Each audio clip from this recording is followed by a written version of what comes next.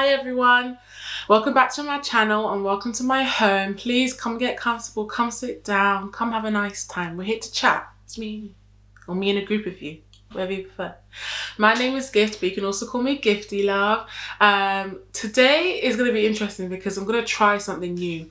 So I'm going to start a series called Gwan Twitter, which is where I'll talk about topical and recent Twitter discourse that is going on the internet and ones where I want to share my opinion on it. I hope you guys enjoy it and I hope it's well received. But I'm always on Twitter and I'm always talking about what's going on Twitter, so I might as well share it with you guys. So today I'm going to be talking about 3 things, and I'm going to, for the life of me, try and keep it brief. Pardon me? If you notice my energy level's a bit more it's because I have a headache, but you know, content. So here I go. So the 3 things I'm going to be talking about today is Jameela Jamil. Yeah. Phillip Schofield's recent coming out, and the weird idea that Barnes and Nobles came up with to make all their classics cover diverse. Starting with Jameela Jamil. I hope I'm pronouncing her name right, or I've got it the right way around. I'm sorry to her if I haven't, that's rude. For those of you that don't know, Jameela Jamil is an actress and a presenter, and more recently an activist. I say activist because a lot of people that are activists wouldn't necessarily call her that, but she's an activist centered around feminism and body positivity. She recently announced that she is going to be the MC or the host of a new competition show regarding ballroom culture and voguing. She was met with a lot of hate. Not necessarily. I don't think. Actually, no, that's incorrect. She was met with a lot of backlash by people that are actually part of ballroom culture, saying that she is not fit to be part of that role. They don't understand why she was chosen, and it doesn't really make sense, and how this is just disrespectful to ballroom culture. Her response to this, which you can find online, I'm not going to kind of read it out to you guys and waste my time, it was to come out as queer. That may not have been her response to it, but the way it was set up on the timeline for everything, what led to her saying, Twitter is brutal, I am actually queer. Now, this is hugely problematic for a number of different reasons. Firstly, because being queer isn't a prerequisite to understanding ballroom culture and understanding and knowing how to vogue. That is a weird misconception, and the timing of it makes it look like she was trying to say, it's okay, I can do it, I'm queer, and that's not okay. I think, just as a side thing, I would recommend watching Paris is Burning, which is an amazing insight into ballroom culture. And if you want to go further than that, kind of looking and researching into it, as well as watching Pose, which I think does a really good job of retelling that story. And a lot of the people that and actors on Pose are very vocal about being activists for trans people, especially Black trans women, who are the most disrespected people in society. So my opinion on it is, why? Again, I'm always just like, why? What is it with people and taking up space? Like, I live in London, and people that have such a lack of awareness of personal space really pisses me off. And her doing this is like a metaphorical example of that, in that, why do you think you are qualified to speak on, MC, and bring to the world ballroom culture? I mean, she thinks that she is, because she has a platform and she could bring a platform to it. All this means is that I can show ballroom culture to white people, and then they can legitimize it so it can be a real thing. That's what it means. That's my opinion anyway. And I think we don't need your platform, sweetie. The only reason ballroom culture is becoming a TV show is because we have built our own platform. I say we, but Black trans women have built a platform and a great underground culture around it. And people are hoping to make money off of it, and it's sad that as a person who's supposed to be an activist, you are partaking in that, and it's not your place. Listen to the women and non-binary people in those spaces telling you it's not your space, and step aside for someone that deserves the role and is more knowledgeable in that space.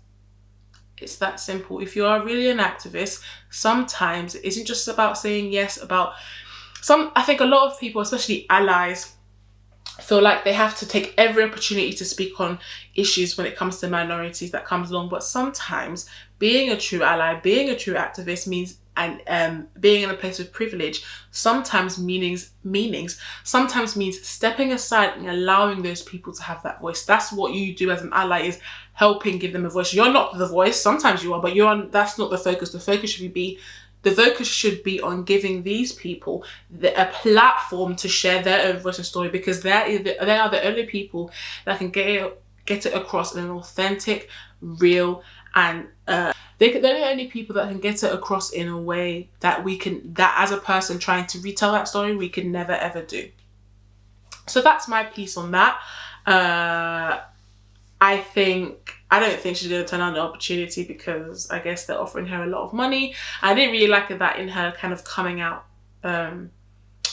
notes app thing. She was saying, oh, and Megan Thee Stallion is doing it too, why are you not going after her? I thought that was a bit sneaky, and I think it didn't work, whatever kind of diversion tactic she was trying to do, because it's still wrong what she's doing. And it's also really irritating, because I know according to Twitter and the internet and kind of research I've done into the subjects, I know that house mothers, so people that are part of ballroom culture and that are well qualified to do the role, had applied for the role and she got it. So it's not an excuse of, well, we would hire the people if they just, came. They came for the role, they applied for the role, they tried, they were in the position to take on someone who was well qualified and had the experience and had the lived experience to do it, and they chose not to. So I think it's part of a wide discussion that we should have, in that sometimes it isn't enough to just actually make it into the interview room and be there and apply, because they still won't choose us. And by they, I mean the white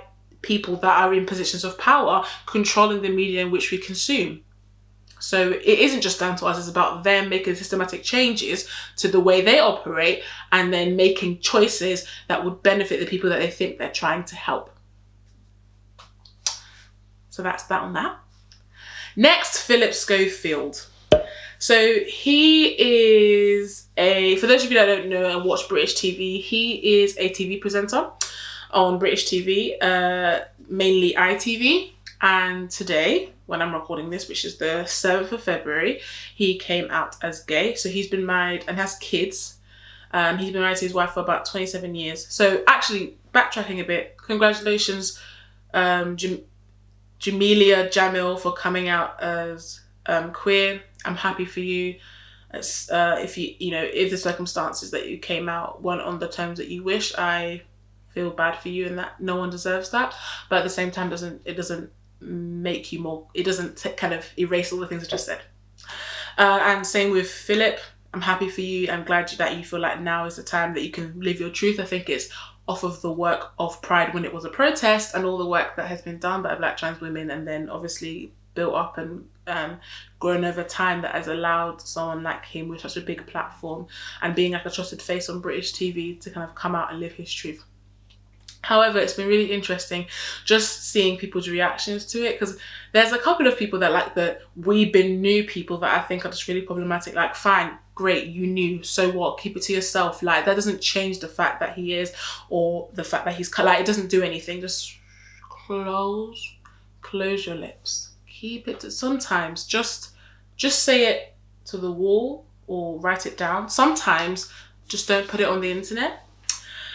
And it's been really interesting to see a lot. I guess there's been obviously an uptake in support for him, to say, really happy for you that you are living your best life, kind of coming out to live your truth. However, it doesn't erase a lot of the problematic things that you've done. For example, the thing that everyone keeps bringing up is the fact that when they brought Boris Johnson onto the show, him and Holly Willoughby, they were quick to get a selfie with him and were treating him really nice, and that cannot kind of asking him the hard questions that they should have been asking him. And this Boris Johnson is a person that has spoken negatively and derogatorily and has said derogatory things towards gay people. This is the man that you're choosing to embrace and take a selfie with. But someone like Jeremy Corbyn, when they had on the show, He was actually quite harsh with him, quite rude, and was kind of shouting at him. And this is a person that actually supports LGBTQ rights. And it's just interesting to see that kind of people's memories are very short in that, great, he's a gay man, live your truth. However, you still have to answer to the questions that people are asking you, like, why are you supporting a man that doesn't support your humanity and who you are? Why are you giving support to him? Why are you encouraging him? Why are you, like, you know, why do you still engage with people that have these problematic opinions and are doing problematic things to the country and probably the world? And it kind of makes those things even more like, when you have now come out as a gay man. I hope that's clear. It's just, that's a really quick one, but it was just really interesting to see a discourse of, oh my God, we love you and support you, yay. LGBTQ rights, people are coming out and feeling more comfortable. Even though he has been married for 27 years to a woman, so we have a long way to go. And a discourse of, yes, but you are still someone that supports Boris Johnson and Tory government related things. You're a queer man, but you're problematic. It doesn't absolve the two. It doesn't like absolve you of anything. So is he going to address those things? I doubt it. But I just find it interesting that I think the Jameela Jamil and Phillip Schofield things happen so close together. And I think we still have a long way to go if he can be married for 27 years and not say anything. But obviously he grew up in a different time to the time we're in now. So it would have been very different circumstances for him to come out 27 years ago. And I think there is, as much as we're seeing all the support online, I think in his real life and personal life and in kind of the nation, I don't think the nation as a whole is that accepting of gay people. And so I think a lot of people that kind of watched him, that live in some like remote places in the UK or whatever, that like, you know, put him on the TV for all different, kind of watched him regularly on the TV and have opinions on certain things, and opinions they thought he supported, will feel probably very kind of shook that this person that they thought they had a lot in common with, and they enjoyed his show and all these things, is now a gay man, and that goes against the things that they believe in, and what am I even fucking trying to say? I think some old white people are going to be vexed that this Phillip Schofield person is gay, because they're going to think, oh, there's just another person pushing an agenda, and they feel like they won't be able to engage with the show anymore. So it'll be interesting to see what happens going forward. Is he going to do more content surrounding having gay people on his show? Who knows? Or just like supporting those causes? I doubt it, because he hasn't done it before, so why would he do it now? And it'll also be, let's see how he goes on his journey. I wish him all the best-ish. My battery is dying. So Barnes and Noble, which is at Fifth Avenue, I think, I'm almost certain. So Barnes and Noble in America is basically releasing a bunch of their classics. So this is the last topic. A bunch of their classics, like classic books, I think, especially children's books, with diverse covers. And the backlash has been, oh my God, but also hilarious to see the discourse on it. Because it doesn't make any fucking sense. Like, why? And like, why are you doing fake representation? Why not use that money to invest in having authors from diverse backgrounds writing the stories that diverse audiences want to see? Repackaging old, white, boring text with diverse characters not only misleading, but does nothing, absolutely nothing, to change the landscape of the literary canon. It does nothing, absolutely nothing. And it's just, you know, so many people have spoken out about it. People and authors, especially Mallory Blackman, I really like what she had to say about it. And I just think that diversity isn't a quick fix. It's not. There's also things you can do short term, but it's not a quick fix. And putting diversity on the front covers but not changing the stuff in the content of the inside of the book makes no real systematic change. And it's things I talk about in that lots of people are very happy to make short, quick changes to when it comes to diversity and inclusion, but no one is willing, not many anyway, are willing to make systematic change to challenge the institutional racism that are in the power structures that we currently have. And that's why tokenistic things like this happen. And it's if there is an example, if I don't think there's a better example to explain what happens when you don't have people of color in the room. Maybe there were, but I doubt it. This is what happens when everyone around the table has similar experiences to you, similar background, it's just the same as you. You make stupid decisions like this. And it's just, this is why you need diversity of thought, you need diversity of background, you need diversity of lived experience, because stuff like this will happen where you think it's a really good idea and you say it within your echo chamber and it sounds really great, and then you go out and do it and everyone rips you to pieces online. That's what happens. And it's a shame, because that money now is not going to be going towards benefiting anybody. Imagine as a young black girl opening this book that has a beautiful black girl on the cover and not seeing yourself reflected in it. That's awful. That's an absolutely awful thing to experience, and I hope they don't go through with it. I doubt it due to the backlash it's received online, especially from authors. But it's just, I'm tired. Do better. All of you, all the people I mentioned in this video, all the people in these power structures, do better, please. All right? Like, aren't you tired? Aren't you tired of the same old thing, just the same old? Be better, do better.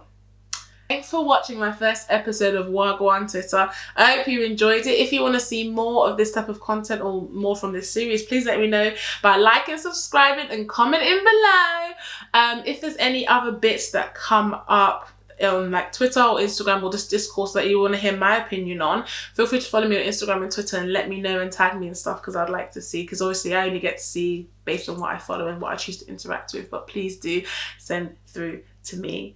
Thank you guys for all your support. Again, to all my 150 subscribers, I fuck with you hard and I really appreciate every single one of you, so thank you. Share with your friends, share with your family, share with your classmates, whoever. If you would enjoy this video, please share it with them, and I'll see you all soon. Bye.